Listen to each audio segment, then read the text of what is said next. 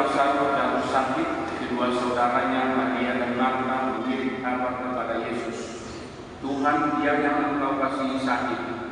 Mendengar kabar itu, Yesus berkata, "Penyakit itu tidak akan membawa kematian, tetapi akan menyatakan kemuliaan Allah. Oleh penyakit itu, anak Allah akan dimuliakan." Yesus memang mengasihi Marta dan kakaknya serta Lazarus. Namun setelah dengarnya bahwa Lazarus sakit, ia sengaja tinggal 2 hari lagi di tempat di mana ia berada. Tetapi sesudah itu ia berkata kepada murid-muridnya, "Mari kita kembali lagi ke Yudea." Ketika Yesus tiba di Betania, didapatinya Lazarus setelah 4 hari berbaring di dalam kubur. Ketika Marta mendengar bahwa Yesus datang, ia pergi mendapatkannya, tetapi Maria tinggal di rumah. Maka kata Marta kepada Yesus, "Tuhan, sekiranya engkau ada di sini, saudaraku pasti tidak mati. Tetapi sekarang pun aku tahu bahwa Allah akan memberikan kepadamu segala sesuatu yang engkau minta kepadanya." Kata Yesus kepada Marta, "Saudaraku akan bangkit." Kata Marta kepadanya, "Aku tahu dia akan bangkit pada waktu orang-orang bangkit pada akhir zaman." Jawab Yesus, "Akulah kebangkitan dan hidup. Barang siapa percaya kepadaku, ia akan hidup walaupun sudah mati. Dan setiap orang yang hidup serta percaya kepadaku tidak akan mati selama-lamanya. Percaya engkau akan hal ini?" Jawab Marta, "Ya Tuhan, aku percaya bahwa engkau Mesias anak Allah, yaitu dia yang akan datang ke dalam dunia." Kemudian ketika melihat Maria menangis, Yesus sangat terharu dan berkata, "Di manakah dia yang kamu baringkan?" Jawab mereka, "Tuhan, marilah dan lihatlah." Maka menangislah Yesus. Kata orang-orang Yahudi, "Lihat betapa besar kasihnya kepadanya." Tetapi beberapa orang di antara mereka berkata, "Ia yang memberikan mata orang buta tidak mampu, ia bertindak sehingga orang ini tidak mampu." Maka masuklah hati Yesus, lalu ia pergi ke kubur itu. Kubur itu adalah sebuah gua yang tertutup dengan batu. Kata Yesus, "Angkatlah batu itu." Marta, saudara orang yang meninggal itu, berkata kepada Yesus, "Tuhan, dia sudah terbawa, sebab sudah 4 hari dia mati." Jawab Yesus, "Bukankah sudah kukatakan kepadamu, jikalau engkau percaya, engkau akan melihat kemuliaan Allah?" Maka mereka mengangkat batu itu. Lalu Yesus menengadah ke atas dan berkata, "Bapa, aku mengucap syukur kepadamu, karena engkau telah mendengarkan aku. Aku tahu bahwa engkau selalu mendengarkan aku. Tetapi karena orang banyak yang berdiri mengelilingi aku ini, aku mengatakannya, supaya mereka percaya bahwa engkaulah yang telah mengutus aku." Sesudah berkata demikian, berseru Yesus dengan suara keras, "Lazarus, marilah keluar." Orang yang telah mati itu datang keluar. Kaki dan tangannya masih terikat dengan kain kafan, dan mukanya tertutup dengan kain puluh. Kata Yesus kepada mereka, "Bukalah kain-kain itu, dan biarlah ia pergi." Banyak di antara orang Yahudi yang datang melawan Maria, dan yang menyaksikan sendiri apa yang telah dibuat Yesus, lalu mereka percaya kepadanya. Sore menjelang malam dan selamat hari Minggu. Hari ini kita memasuki minggu Prapaskah yang kelima. Firman Tuhan yang hari ini diwartakan kepada kita, di satu sisi berbicara tentang pemeliharaan Tuhan terhadap kehidupan kita. Tuhan adalah sosok yang bertanggung jawab, bahkan ketika hidup kita terpuruk sekalipun dia mampu pulihkan. Dan di sisi lain, mengajak kita supaya senantiasa beriman, percaya akan penyelenggaraannya. Bacaan pertama dari membuat Yesaya yang menggunakan bahasa metafora, coba menggambarkan bagaimana bangsa Israel, khususnya kerajaan Yehuda, yang ketika terbuang dan menjadi bangsa jajahan dari Babel di bawah pemerintahan Nebukadnezar, mereka merasa terpuruk, merasa dibuang, terasing, merasa bahwa Tuhan sudah buang dan lupa akan kehidupan mereka. Di balik terpurukan itu mereka merasa putus asa, mentalnya mati, ibaratkan seperti orang-orang yang tulang-tulang kering yang ada di bawah bumi. Di balik keputusasaan itu Tuhan berbuat lewat Nabi Yesaya bahwa jangan takut, aku akan datang membuka kubur itu. Maksudnya secara harfiah Tuhan akan datang pulihkan mereka dari mental yang jatuh keputusasaan itu, dan bawa mereka pulang ke lapang tanah dan tanah Kanaan.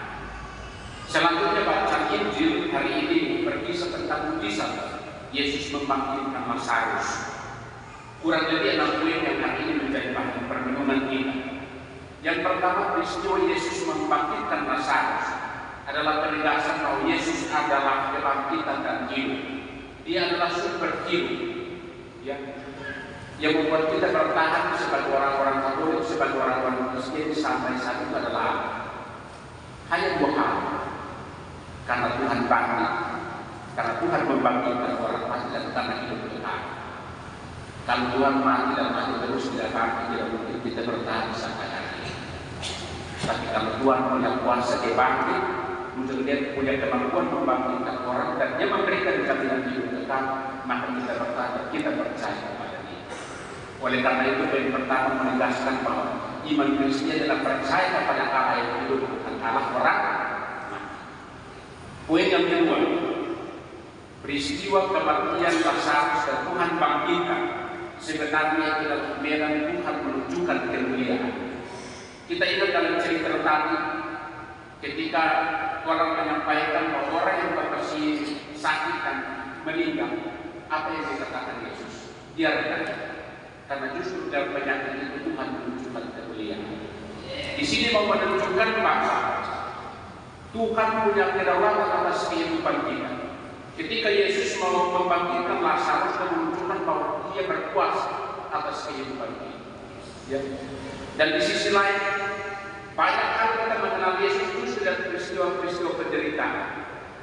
Di sini dia menunjukkan, dia mendemonstrasikan bagaimana dia punya kuasa untuk pulihkan hidup.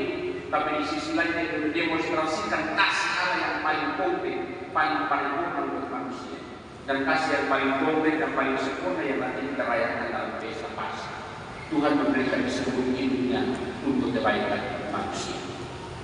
Ya, itu poin yang kedua. Poin yang ketiga, Tuhan berdaulat atas waktu. Ya. Biasakan orang yang kita kenal, orang yang kita kasih, biasa dia sakit. Biasa kata spontan itu dia sakit. Aduh, dia sakit apa? Kapan dia sakit? Ada opname yang sudah di rumah sakit mana? Tapi hari ini berbeda. Ketika orang datang menyampaikan kepada umat Yesus, apa reaksi spontan dari Tuhan? Biarkan penyakit itu akan membawa kemuliaan, dan dia sengaja mengulur waktu 2 hari baru dia pergi. Dia pergi sudah 4 hari. Kalau kita mengartikan ini secara lurus-lurus, tetapi semacam Tuhan tidak peduli mana sekali. Padahal sesungguhnya tidak. Di situ sebenarnya Tuhan menunjukkan tingkat keperahan penderitaan sekalipun. Disitulah dia menunjukkan bahwa dia punya kuasa pulihkan kehidupan. Karena ketika misalnya dia sakit dan Tuhan Yesus besar kemungkinan Lazarus akan sembuh.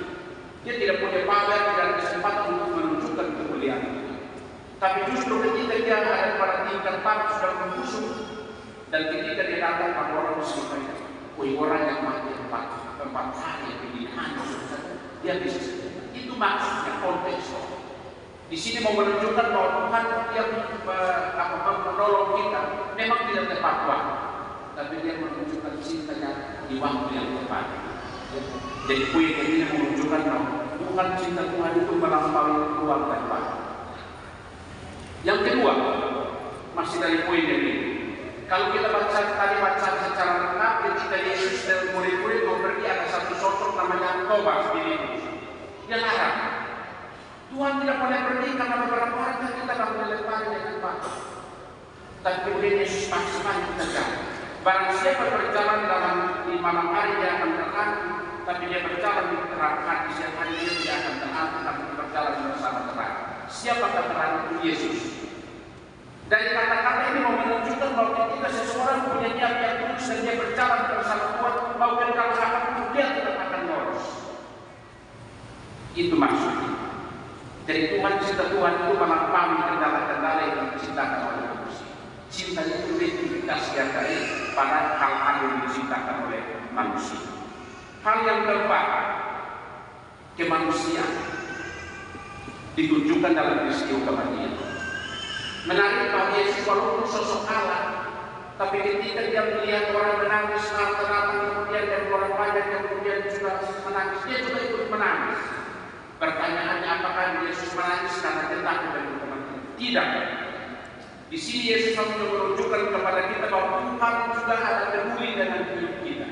Dia menangis bukan karena dia rasa takut, tapi dia berempati, bersimpati dengan kita.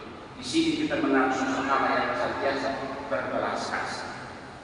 Dan poin yang kelima, sebelum dia membangkitkan Lazarus pada Lazarus kedua Pak dari dalam kubur, dia mendengarkan ke langit. Dia berdoa, Bapa, dengarkan saya. Ini mau menunjukkan bahwa ketika Yesus melakukan pekerjaan, dia selalu mengatakan Bapa. Dan ini menginspirasi kita dalam hidup ketika kita lakukan pekerjaan apa saja. Kita minta untuk mendengarkan. Kita terkadang kalau susah kita mendengar, tapi kalau sudah dapat berkat kita tunggu saja. Tuhan hari ini mengingatkan setiap pekerjaan apapun selalu harus melibatkan Tuhan dengan sikap mendengar. Tuhan terlibat, itu artinya sikap mengandalkan Tuhan. Dan bahkan peristiwa itu dia katakan, semoga di dalam peristiwa ini nama dimuliakan. Ini mau mengingatkan saya bahwa setiap pekerjaan yang kita buat bukan untuk pamer, pertunjukan untuk kemuliaan nama. Tapi setiap pekerjaan apapun yang kita lakukan itu adalah demi kemuliaan nama. Dan yang terakhir, ketika Yesus sampai di depan kubur Lazarus keluar, lalu Lazarus keluar, tinggalkan kain kafan. Kain kafan itu adalah simbol manusia lama, simbol kerusakan. Hanya manusia-manusia yang rela tinggalkan kain kafan dosa-dosa yang akan melihat kebangkitan.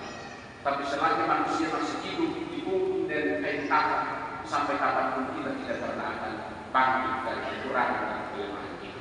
Maka masa berpasrah dan kesempatan kita tinggalkan kain kafan.